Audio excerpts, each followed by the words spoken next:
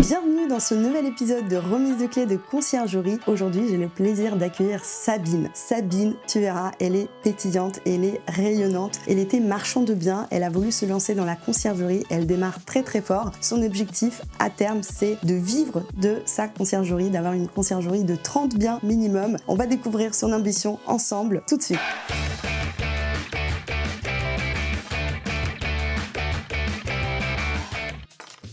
Bon, Sabine, je suis trop contente de t'accueillir ici avec cette petite boîte. Je suis très heureuse d'être là également, merci beaucoup. Je suis contente de te remettre tes clés. Bon, sachant que tu as déjà bien tracé, parle-nous de tes biens.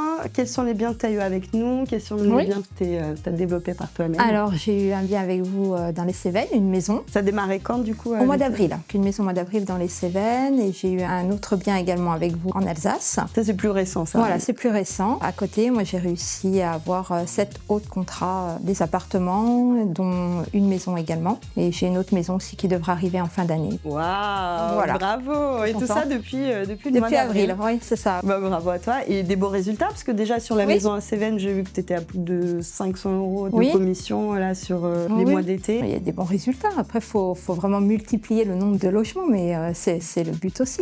Oui, et toi, ton objectif, c'est à combien de logements Alors, j'aimerais en avril, donc on va dire sur une année, j'aimerais monter à 15 logements. Voilà, mais l'objectif, c'est d'arriver au moins à 30 logements. 30 logements. Donc ça, c'est vraiment le c'est mon objectif, 30 logements. Oui, parce que toi, l'objectif, c'est vraiment de vivre de ta conciergerie. Oui, c'est de vivre de la conciergerie, tout à fait.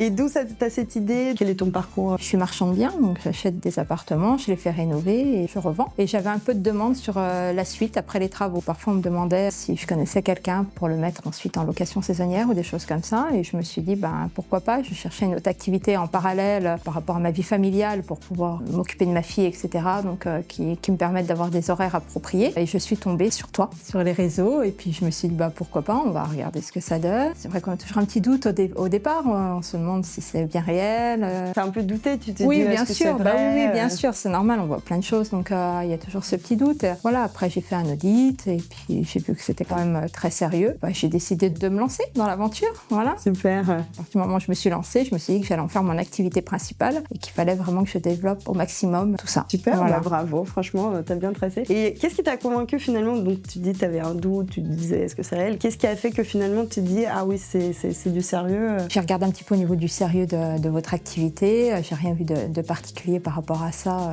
qui pouvait mettre des alertes, voilà, que ça soit une escroquerie ou autre chose. Et après, quand j'ai fait l'audit, j'étais avec Ingrid et c'est vrai qu'elle m'a bien convaincue par rapport à ça. Après, le chemin, ça se fait petit à petit. Et puis je me suis lancée. Si on reste sur place, on n'avance pas. Donc je me suis dit à un moment donné, allez, on va tenter l'aventure et puis on va essayer de le faire bien pour le coup. Oui, de toute façon, qui ne tente rien n'a rien. Voilà, c'est ça. 100% de gagnants, ils ont tenté leur chance. Voilà, tout à fait, c'est ça. Donc je me suis dit pourquoi pas. C'est agréable aussi, il y a beaucoup de relationnel aussi dans ce travail. Ça, c'est quelque chose qui t'attire, qui te plaît? Toi, j'aime bien le relationnel. L'humain. Voilà, j'aime bien même le côté commercial et tout ça, donc ça ne me pose pas de problème d'aller démarcher ou d'aller voir des agences. Et du coup, par rapport au fait que du coup ta vie de famille, donc avec ta fille, qui a 7 ans, c'est ça aujourd'hui? 8 ans même. Voilà, donc petite, t'arrives à gérer tout ça en même temps? Comment ça se passe? Je consacre plus de temps qu'énoncé, mais c'est normal, je pense, parce que moi, je vais en faire une activité principale. Donc, moi, je suis beaucoup en recherche de contrats. Je fais énormément de recherches, par exemple, sur Le Bon Coin. Je vais voir beaucoup d'agents immobiliers. Je fais fonctionner tout mon réseau parce qu'à côté de ça, j'ai une société de marchand de biens, donc je travaille avec des artisans, donc je fais beaucoup fonctionner le réseau. Et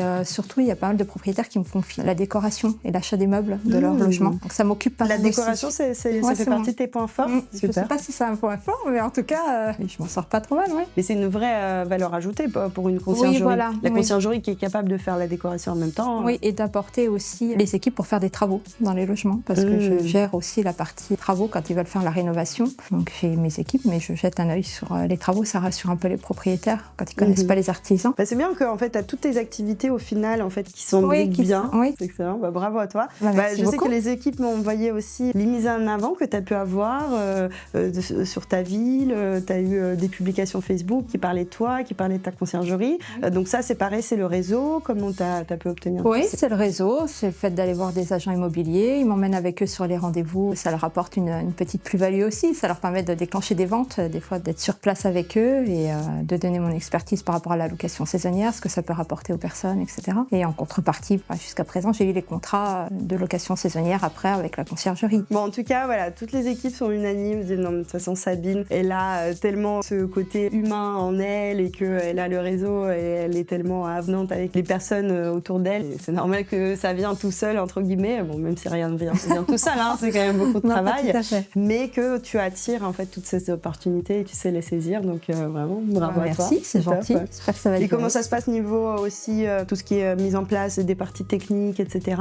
Je sais qu'au début pour les Bets 24, etc. c'était un peu une source de stress. Oui, bien sûr. On connaît absolument pas les applications, donc c'est un nouveau métier quand même. Moi, j'ai à cœur de bien le faire, donc il faut absolument savoir comment ça fonctionne. Et c'est vrai que c'est parfois difficile. Avant, t'avais jamais touché à Bets 24, non, les channel managers? Non, jamais. T'as tout découvert avec nous? Oui, j'ai tout découvert. Et puis, il faut gérer les femmes de ménage aussi. Il faut gérer malgré tout les propriétaires. Hein. Je pense que c'est ça la plus grosse source en fait de gestion, c'est vraiment les propriétaires. Les voyageurs, bon bah voilà, c'est normal, ils ont des questions, mais ça c'est pas très compliqué. Mais il y a les facturations aussi à faire. Tout ça, c'est des logiciels nouveaux. Voilà. Zoho, par exemple. Voilà, je connaissais pas. Dès qu'il y a le moindre souci au niveau d'un voyageur, je sais pas, une boîte à clés qui se bloque, le moindre chose, on ne sait pas en fait. On ne sait pas ce qu'il faut faire, comment il faut faire, où il faut aller. Donc là maintenant, ça y est, c'est bon, t'es calé. Oui, ça, je dirais pas ça, mais bon, je pense que j'embête beaucoup moins ailleurs. Ça va mieux, oui, je suis moins stressée, je gère beaucoup mieux les choses. Oui. L'avantage aussi par rapport à se lancer toute seule, là, tu sais que l'équipe est derrière. Évidemment, c'est un gros plus. Oui, moment, se lancer seul, je pense que c'est possible, mais je pense que c'est beaucoup plus compliqué parce que vous apportez évidemment un gros plus, une aide. Voilà, quand on a une question, on peut la poser, on a une réponse derrière. On n'est pas tout seul à chercher, ça enlève de la charge mentale quand même. Oui, et maintenant, voilà, donc tu seras de plus en plus à l'aise de toute façon. À partir du moment où tu le fais souvent, c'est comme tout apprentissage. Oui, voilà, c'est ça. Au tout début, n'importe quelle chose, ça nous paraît une montagne. Bien et sûr. après, plus on en fait, voilà, c'est bon, ça, deux doigts dans le nez, tranquille. Parce qu'il faut mettre les annonces en ligne, il faut se familiariser avec Airbnb, avec Booking, encore plus complexe qu'Airbnb.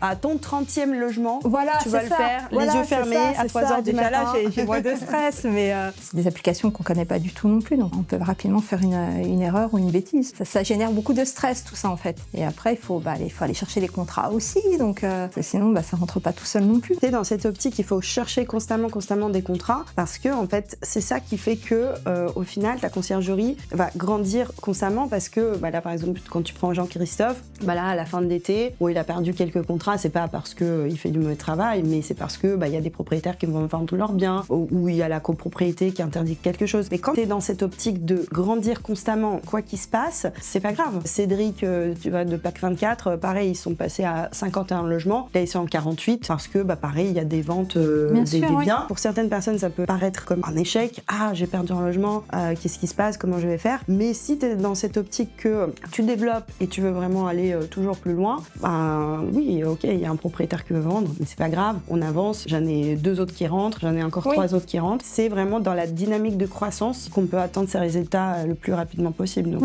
c'est dans la bonne lancée. C'est pour ça que j'essaie de vraiment bien développer, parce que j'ai parfaitement conscience qu'il y a forcément des contrats qui ne vont pas se renouveler. Il ne faut pas se retrouver l'année d'après avec 0 contrat, quoi. Parce qu'on s'est reposé sur ceux qu'on a rentrés. Donc du coup, tu fixes 30 logements, du coup, tu en rentres 40. Moi, j'en fixe déjà 15 jusqu'au mois d'avril, et voilà, l'année prochaine, dans 2 ans, je vais en avoir 30. Bon, super. Bon, en tout cas, vu ta détermination, ta motivation, ton côté humain, ton réseau, donc j'ai aucun doute que tu vas y aller, même peut-être tu vas y arriver plus vite que ce que tu ne penses. Et j'aimerais faire appel également aux propriétaires. Donc si vous avez un logement à confier à une conciergerie sérieuse, rigoureuse, avec des belles ambitions, vous allez trouver ses coordonnées sous cette vidéo. Et si, comme Sabine, vous voulez également changer de vie, devenir patronne de conciergerie ou patron de conciergerie, vous allez trouver également un lien pour rentrer en contact avec nous. Je vous dis à très bientôt pour des nouvelles vidéos. Ciao!